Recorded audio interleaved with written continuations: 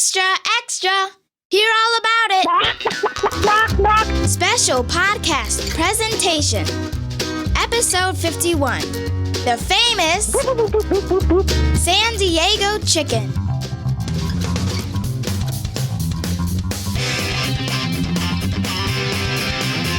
Wouldn't it be great if you could get a PhD in life through baseball? Welcome to Baseball PhD, a tour company for your brain. 30 major league teams, 100 places to see. Let's touch them all as we make the road trip of a lifetime.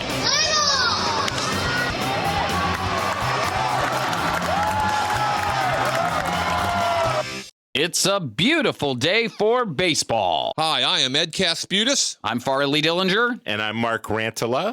Welcome to Baseball PhD. Don't forget to visit our website at www.baseballphd.net. Farley and Mark on March 22nd, 2011. I had the opportunity to interview the famous San Diego Chicken, a.k.a.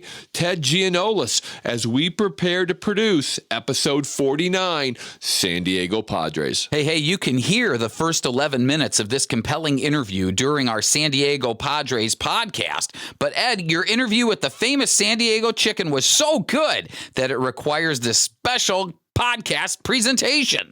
Farley and Mark, the chicken was engaging and tasty. Our entire interview lasted 39 minutes. As an attorney, I read the legal opinion that set him free. KGB Incorporated versus Ted Giannoulas from 1980. The San Diego law firm of Sullivan, Jones, and Archer represented the chicken, and I had a chance to talk with all three of the chicken's attorneys. Christopher Q. Britton, who started his legal career in Cleveland, was a partner in charge of the case. Attorneys Richard W. Page and William J. Tucker were the non-partners who did 90% of the work. The appellate judge who ruled in the chicken's favor was Gerald Brown. Judge Brown had been a Rhodes Scholar, and his father was also a Rhodes Scholar, the only father-son Rhodes Scholar combination ever. Wow! It took the only Rhodes Scholar who was the son of a Rhodes Scholar to free a chicken. At least it wasn't a rocket scientist. Now, Judge Brown started his opinion by stating, viewed in its most obvious aspect, this controversy about a chicken suit poses a simple issue whether a local radio station may prevent its ex-employee/mascot from wearing a chicken suit. Silly though the issues appear at first glance, the underlying principles are serious.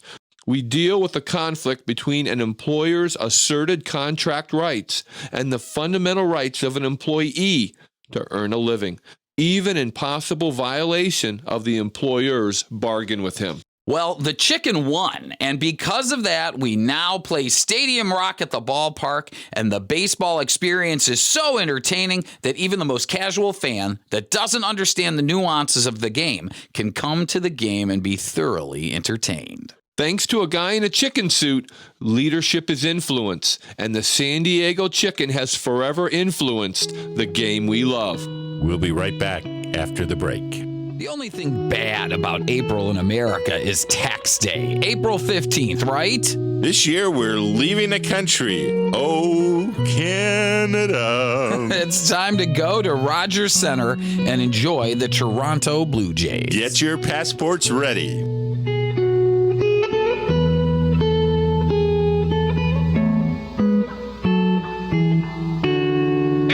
Great and honored baseball PhD. Welcome to the San Diego Chicken, a.k.a. Ted Giannoulas, the greatest sports mascot of all time. Welcome.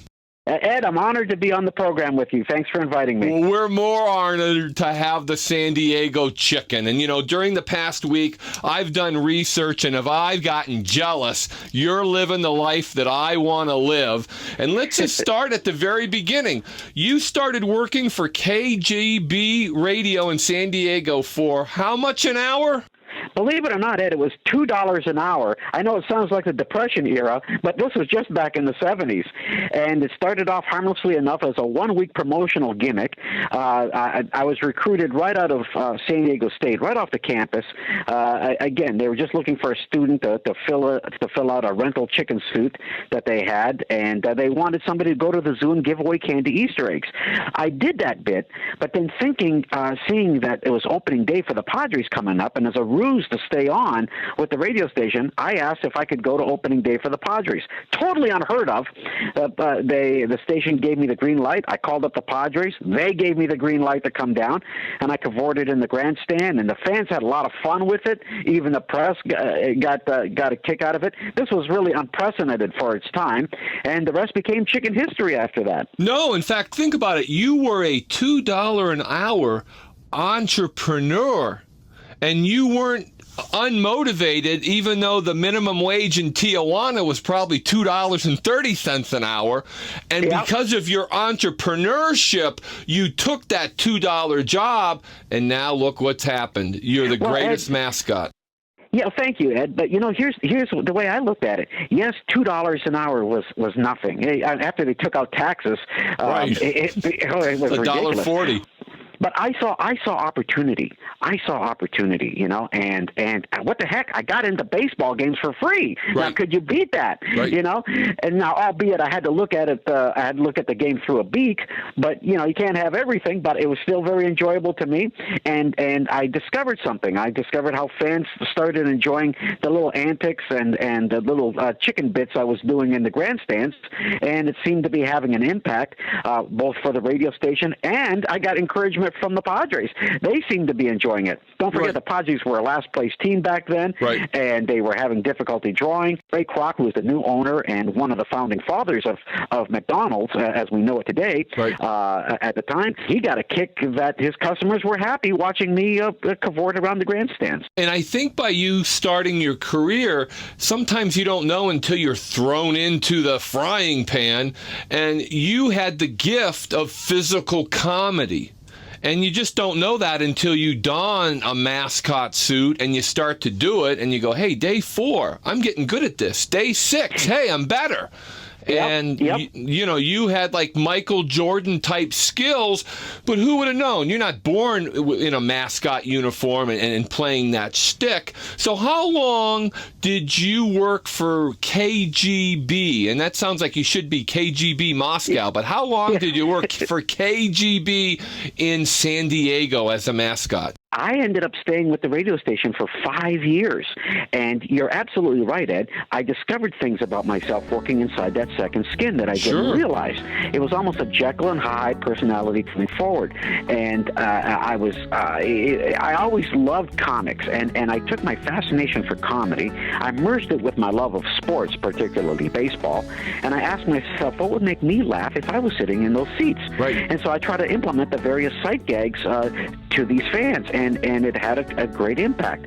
So, again, with the Padres, with the radio station, what it was at the time, and we did not know it, but I was backing into something that was known as guerrilla marketing. And I may have been among the first to do this. I was literally advertising the call letters of the radio station at all these public events, particularly Padre games, 81 nights a year.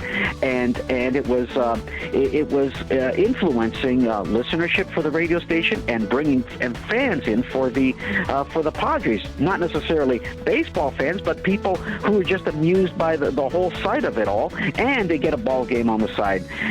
So I stayed with the radio station for 5 years, and then at that point, we came to, believe it or not, loggerheads over philosophical growth of my career.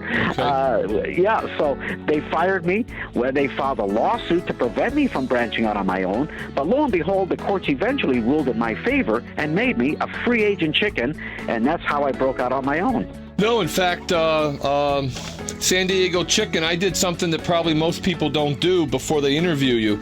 I read the court case that set you free. Wow, you've done some research. And I said to myself, you know what? Because this guy had the guts to litigate back in 1979. What a terrible sin for all of baseball and our sports memories if you had let the non-compete clause live and not continue your development after 1979, that would have been terrible. Well, I made my bones as a chicken, and I had to go forth. I had to try it, and I succeeded. And I got to tell you, I basically, I don't mean to sound immodest, but the emotional impact from the audience here, the audiences, the fans in San Diego carried me. There was a spirit there, and I had to go with the flow, and it worked. I couldn't be happier. It was something that I wanted to do, continue doing, and I've got to say, I've been doing it now. I'm going into my 5th decade. I might be the Minnie Minoso of mascots. No, you are the Minnie Minoso of mascots, or the Vin Scully of mascot announcers or whatever. No, you are the guy, and by you fighting that fight, because let's remind everybody, you lost at the trial court level. And they said, no, we have an injunction. You can't do this. And then you had to appeal. And everybody likes conflict. So at the time, as you're fighting this and having indigestion, you're in the papers. And people are reading about you. And even before Twitter and Facebook, people are looking at each other at lunch saying, I'm for the chicken. Are you for the chicken? This is ridiculous.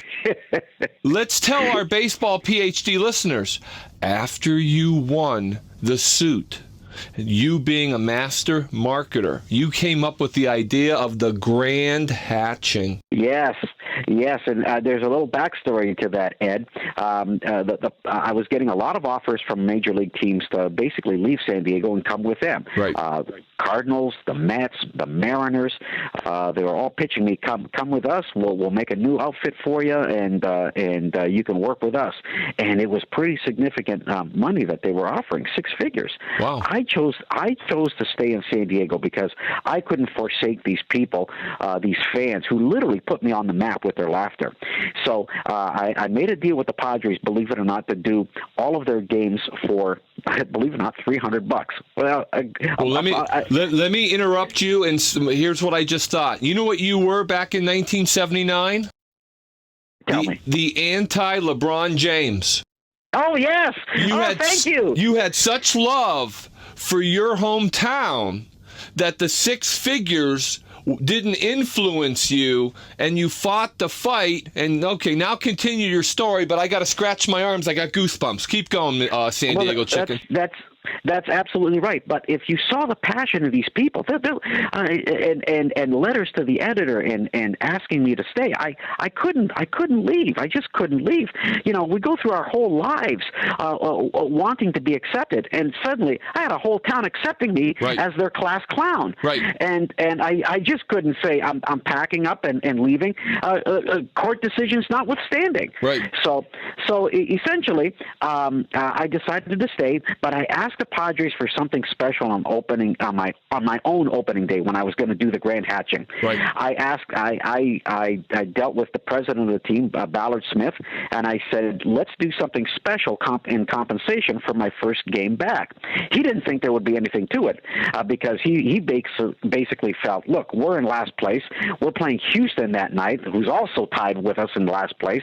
We're not going to draw anybody. It's the middle of summer. The fair is it's the first weekend of the county fair. We're going to get killed at the gate. But hey, if you think you can draw fans, then we'll make a deal. And so I negotiated with the president of the team for a special attendance clause to be paid $1.50 for everybody that they drew over their average of 14,000 fans. Well, at the grand hatching, Ed, more than 47,000 people showed up for that game. It sold out the place. No, in fact, it gets even worse. My research indicates that on San Diego TV, Merv Griffin was interviewing Zsa Zsa Gabor, and they cut away from it to cover your grand hatching. Yeah, that's absolutely true. Back then, local programming could be interrupted and go to a stadium event. It can't be done nowadays because of television rights and broadcasting rights. But back then, because it was a news event, it could be other stations literally cut in on local programming and went live to Jack Murphy Stadium to show the Grand Hatching live. My own mom saw it on TV. She was watching at home, and she couldn't believe it. She was watching Merv Griffin, and it was really something. They interrupted for about 20 minutes to show the Grand Hatching live on television in San Diego. That's the impact that it had in town. And, of course, baseball historians to this day have told me that Grand Hatching moment in June 29th, 1979, is right up there as the greatest all-time baseball promotion. It ranks right up there with Eddie Goodell pinch hitting, the midget pinch hitting for Bill Veeck in this. It supersedes that. Go ahead. Do you got any others? I mean, I think it is number one. I mean, other than, hey, it's 1939 and Lou Gehrig is going to speak between doubleheaders on July 4th, but that's baseball.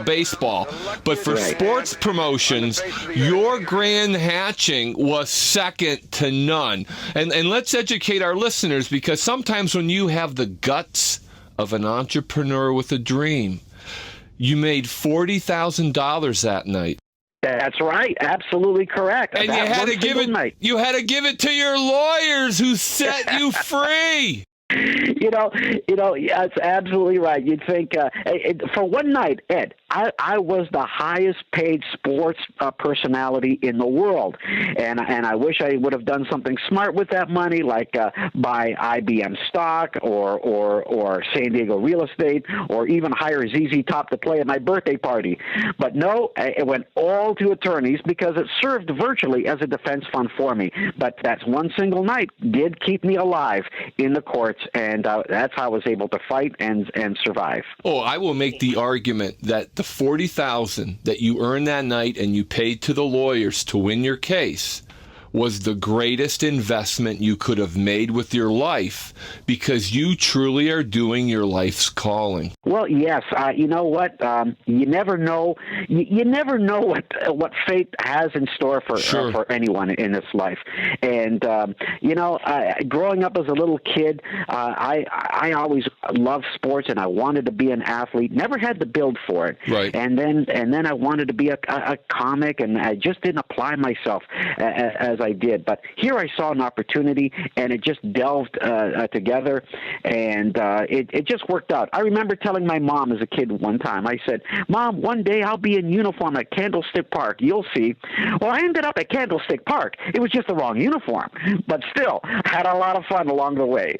Let's talk about your uniform, because I think I want to have our listeners totally understand, when you put your uniform on and you are being watched by everyone, number one, it's pretty hot in that uniform, correct? Oh, yes, I'm always in heat. In fact, it's so hot, Ed, my eggs are hard-boiled. But actually, in reality, yes, it does get pretty warm in that outfit, but I'm used to it. It's a virtual organic rainforest in there for me. But I persevere. I'm used to it. It's second nature for me. And the way I look at it, Ed, it's actually therapeutic. Sweating out every night, it takes out all the toxins out of your body. Yeah, and so I look at it from a health benefit. All right, walk me through. Let's pretend that you're at a baseball game, and let's pretend you're at Petco Park, or, let's say you're in Arlington, Texas, and it's nice and hot. You've probably got to have a strategy. Number one, when do you put on your suit? Is it an hour before the game? Is it 15 minutes before the game? Walk us through of the first time I get dressed all the way to the end of the game, and what strategies you have to stay cool. Well, essentially, I show up at the stadium about 3 hours before the game to start preparing my show. Okay. And I get with players, umpires, sound technicians, groundskeepers. I let them know all what I'm up to. Sometimes I use them and engage them to be a part of my shtick, part of my bits. I appeal to their sense of humor. A lot of them really do play along. And then I prepare my props. I get my list of gags that I want to do, that set pieces, and then on top of that, there'll be improvisational pieces. You never know how a game is going to unfold, of course, and so you've got to be ready for all things like this. But everything I try to do, I try to give the fans a laugh every inning that I'm out there. I mean, a really good, entertaining laugh. And so I plan my game that way. I actually suit up about 15 minutes before game time, and that's when I start stretching out.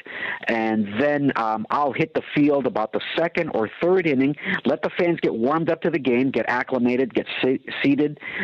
Everybody from the parking lots inside, everyone's warmed up, had a good cheer through their bellies, and then I show up for the rest of the evening and perform just about every inning break that I'm given and allowed to be out there. Are you sneaking into the clubhouse like the fourth inning to get hydrated, or are you pretty much out there in your sauna suit from the whole game, like the second or third inning onward? No, you bring up a good point. Yes, whenever I do duck into the clubhouse and grab some water, and I don't stay long because it depends on how long the innings take. Sometimes innings are over in 3 or 4 pitches. Right. Sometimes they're over in 4 or 5 minutes.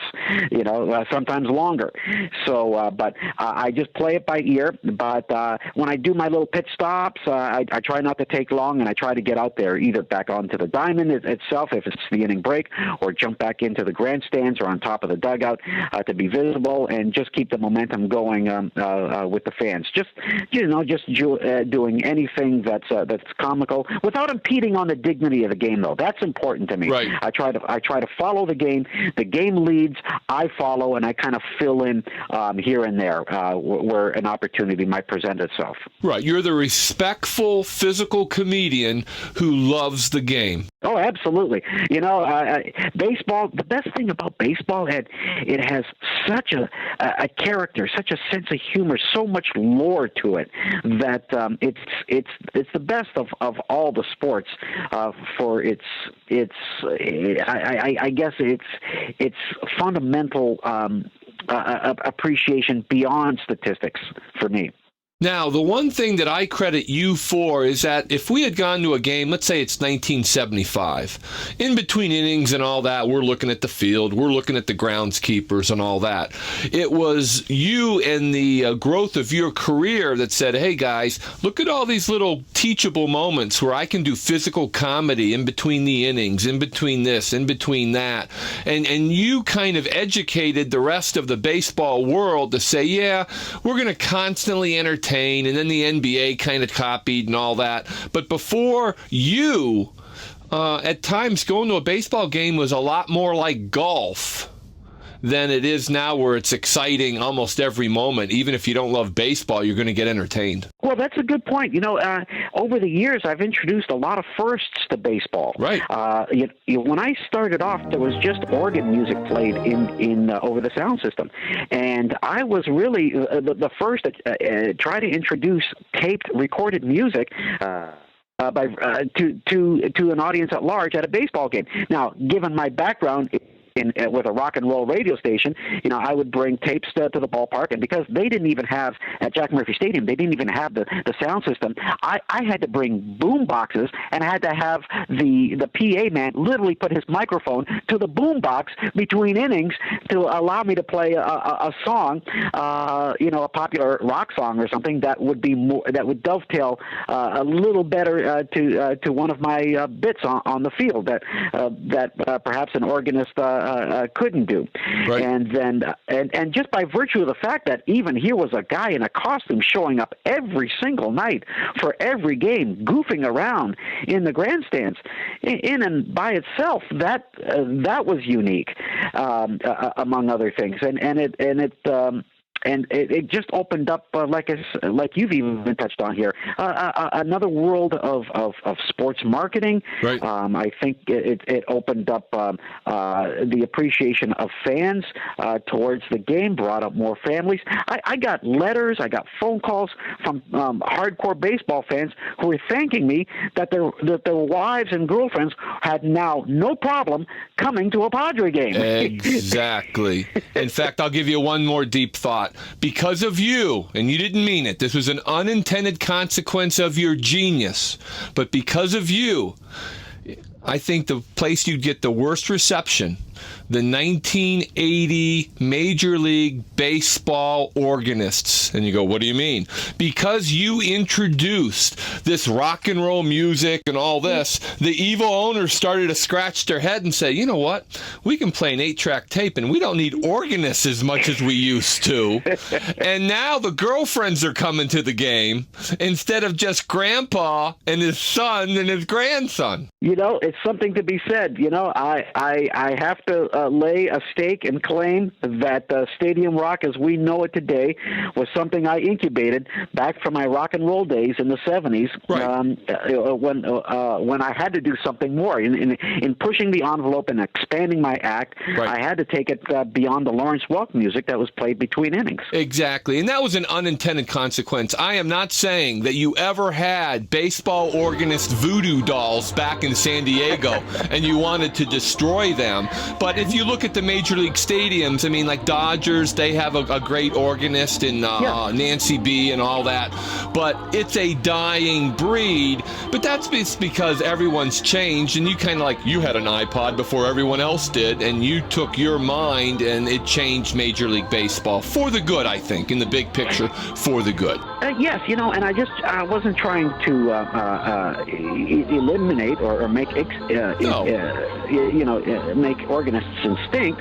It was just something I just wanted to add and take it to another level that basically fit what I was doing a little better, and it was met with tremendous acceptance from the fans, and the Padres, don't forget, still encouraged me to keep thinking of new ideas and keep going further with my thoughts, and so they were very supportive on a lot of what I was doing. Now, San Diego Chicken, last year I had the opportunity to go to my final stadium. I've been to all 30. And what I'm shocked about by doing my baseball research, lowly Ed Kasputis in Cleveland, Ohio, has been to all 30. And you've been to 29. You have not been to Fenway Park? Babe Ruth of mascots has not been to where Babe Ruth, the young player, used to roam? Ed, I might be banned in Boston and not even know it. I have played every major league facility, every major town, every major market from Alaska down to Mexico, but I've never played Boston itself. I've been all throughout New England, I've been all throughout Massachusetts, but never Boston itself, and it's one of those funny quirks of life that I'll look back on and reflect, and it's just one of those things. I've never gotten an invitation. That's sacrilege. That's sacrilege, okay? I'm going to Google and find out the name of Pontius Pilate in Boston and say, we've got to get the chicken to Fenway and at least get a picture of him against that green monster. But that I find that mind-boggling, and we got to try to correct that because, that's like not allowing Cal Ripken to play in AT&T Park just for the heck of it because we want to be mean. Well, your listeners should know that back in the day, the Red Sox were extremely buttoned-down organization, as all the Boston franchises were in all sports. Yeah. And then nowadays, though, even though they've had ownership change, the Red Sox sell out all their games. They're the envy of baseball with the success that they've had there. And but back in the day, it was just thought of like it was very unconventional, very untraditional, and they just just couldn't do that. I've done lots of Red Sox farm clubs, mind you, and again, all throughout the New England area, but never Boston itself. And it's a shame because from what I see on television, those audiences look fantastic in Boston, and Fenway Park is a fabulous venue for me to play because those dugout perches there are fantastic stages. The way the stadiums are built and how everybody can see, it would be we would wow them. There is no doubt I could go in and wow them, but it might be one of those things that's always gotten away from me, and I don't worry about it anymore. I don't think twice about it. That's the way it is, and I still get a kick of thinking about it, though. We're going to start some type of baseball PhD campaign because you cannot get a PhD in life through baseball if you haven't seen the San Diego Chicken in Boston. That's just crazy. And, you could make a Walmart parking lot at 10 at night come to life. Don't have to worry about, I need the energy of the Fenway people. No. The Fenway people will rise and salute you with respect. Now, let's forget about baseball. What's your next favorite sport to be, to appear as the San Diego Chicken? Well, basketball's always been a great venue for what I do. The court becomes a virtual stage during the timeout breaks. All the fans are sitting right on top of you there at courtside. Right. And the thing about basketball is that more subtleties of my act, if you can believe a chicken would have subtleties to his act, it can be picked up a little more easier and better, as opposed to, say, fans who might be sitting in the GA's 400 feet away and such. In basketball, everyone is sitting right on top of you there on a reduced court, and it's easy to pick up on.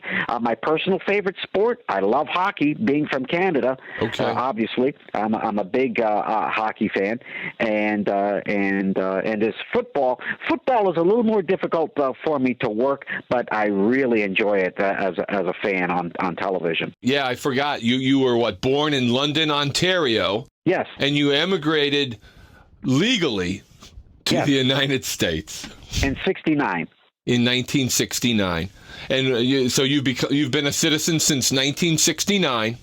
Uh-huh. Now, if I were sitting next to you, let's pretend that you retire. I hope you never do, but let's pretend that you retire. And you and I are sitting at a baseball game and we're watching other mascots. How do you think the physical comedy shtick of other mascots has evolved? Has it devolved? Has it stayed the same? What made your style so different than the typical Major League Baseball mascot? Well, I try to make it a comic. I try to make it a comedian, like a Fuzzy Harpo Marx. Right. And so I implemented various sight gags, slapstick, things that influence me in that regard. Whereas these days, Ed, I think you don't see that fiber in the people. There seems to be no sense of humor about a lot of them. Number one, as I'm seeing it and seeing some of these guys. Number two, they are restrained. Right. It's gotten to be more corporate. It's more dictated what they can and cannot do, and you can't really blame them. It's a different era now, and everybody's a little more careful, and the wiggle room for creativity and being more free-ranged in their thoughts is reduced. Whereas back in the day when I started, luckily for me, everything I tried worked on the field, and even the gags that didn't work, the fans would appreciate it. But there was a wider margin to experiment with different ideas. Don't forget, this was the era of the new shows like Saturday Night Live, right, and the new comics coming out, and people were thinking comedically out of the box at that time, and it was still respectful, but very, very open-minded to try different and new things. Nowadays, everyone's a little more careful about things, and mascots today are more of a brand symbol for for a representative for a team or an organization, and they choose to keep it that way. And I noticed one thing: they're more interchangeable people that they move in and out of these mascots. Whereas I was always still the same person, and I could keep a continuity to what I was doing. Well, let me give you a deep thought, because I don't know if you consciously did this or unconsciously did this, but you never became the San Diego Padre chicken. You were the San Diego chicken. And did you have a bigger vision where you didn't want to be bogged down to one team? Because all the other mascots, is there any other mascot that's kind of like a free agent where they're just bogged down? I'm Mr. Red, and if I can't work Thursday night, then Sally will wear the thing. Who else is who is your Pepsi? If you're Coke, who is your Pepsi? I can't even think of another mascot that is like that independent superstar. No, there really isn't. They're all aligned for the most part at this level to organizations and teams and such. And starting out on your own and trying to be a free agent chicken at large or mascot at large is extremely difficult to do. One of the things that has sustained me over the years, though, wherever I've gone, Ed, fans come out. It's actually good box office for teams that have me, and this is what sustains itself. And to achieve that, there's only one way to do that, and that's to be entertaining, and that's to be funny for the audience. And nowadays, I have not only parents who grew up watching me now bring their kids to watch me perform, and so it's been likened, I guess, to the Harlem Globetrotters, I guess, for the most part.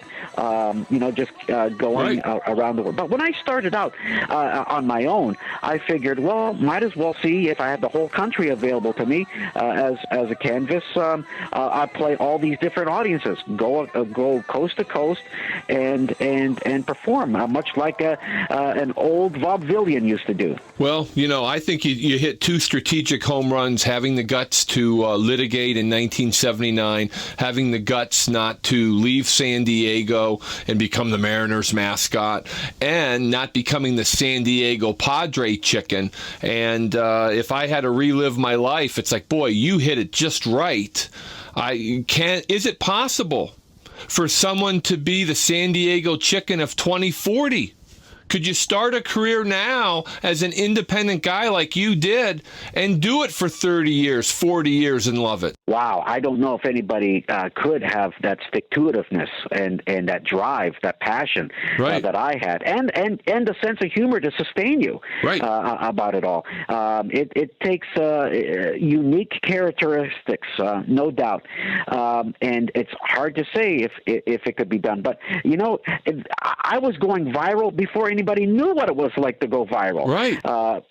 This was word of mouth reputation, because when I started off, there was not cable TV coast to coast every single day. There were 3 networks and your UHF channel, and that was basically it.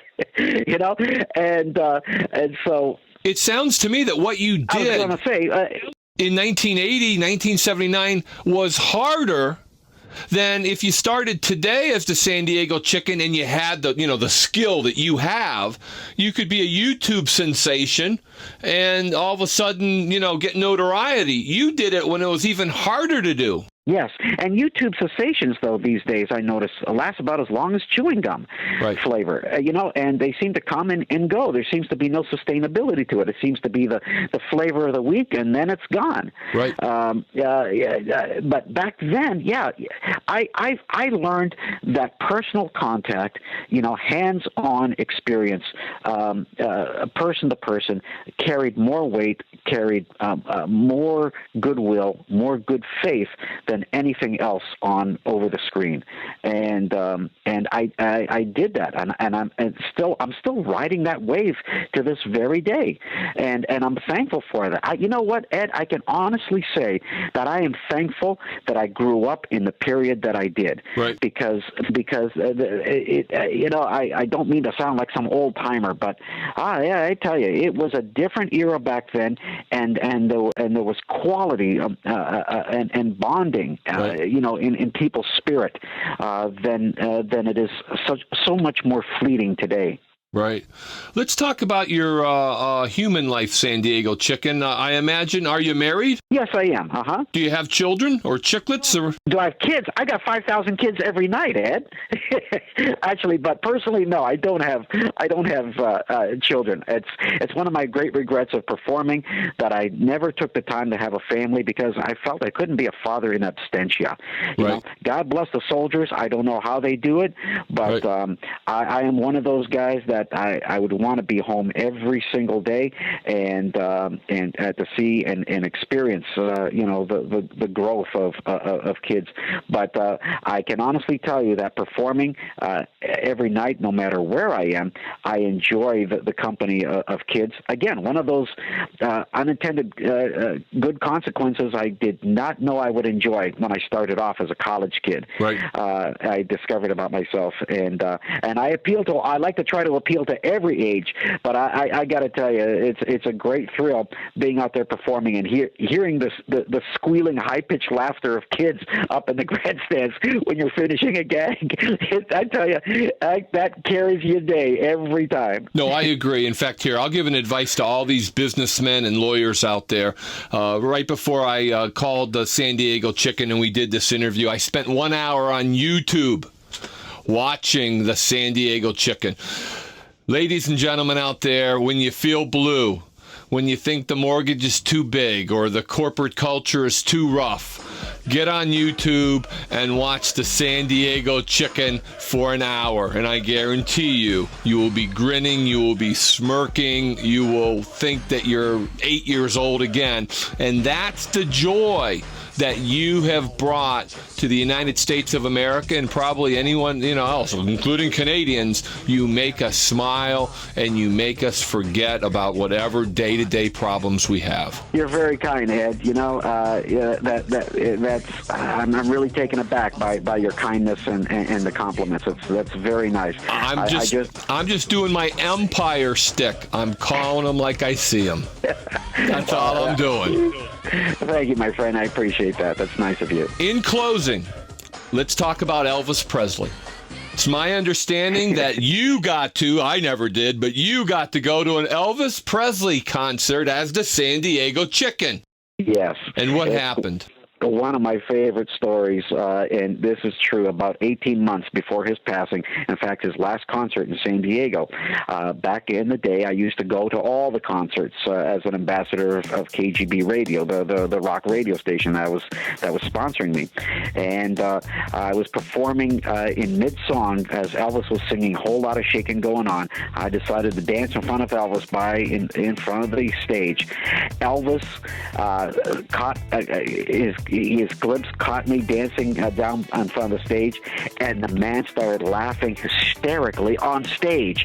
It got to the point where he could not continue with the lyrics of the song while the band continued playing.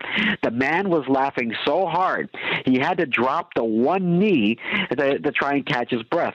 At that moment, a doctor runs onto the stage, a doctor that he had been traveling with, runs onto the stage with his black bag, the infamous Dr. Nick, and he opens up his black bag and attempts to get Elvis to lay down on the stage. Elvis is shaking his head and trying to push away the doctor, and he finally points to me dancing to the band still by the side of the stage down in front where the fans are sitting. The doctor looks down, he utters some quiet epitaph about it, picks up his bag, scurries off the stage. Elvis finally composes himself, turns to the band, orders them to pick up the pace a little bit, finally finishes the song.